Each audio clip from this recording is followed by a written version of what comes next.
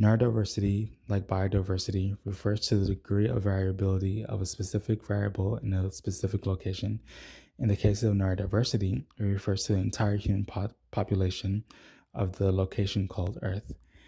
Its usage, as I defined it, was simply to name a social movement for people who were misdiagnosed, misunderstood, and marginalized by categories invented by the psychomedical model, which aligned itself very much with the needs of the 20th century capitalist environment for a standardized, obedient workforce.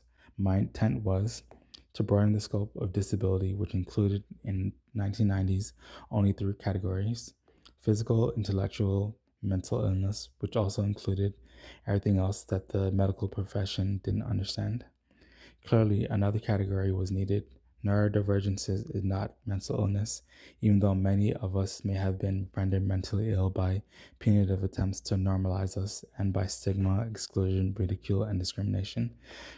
Two, to ensure that neurodiversity was always contextualized by what we now call intersectionality, or simply to quote Singer, neurodiversity is politics, not science. I'll get more into what the neurodiversity movement is about in a later video. However, this is a good introduction to understanding the information that will come later. Another way to understand what the neurodiversity movement is about as a one-on-one course type thing is, as Singer states in her blog titled Neurodivergent from What Exactly?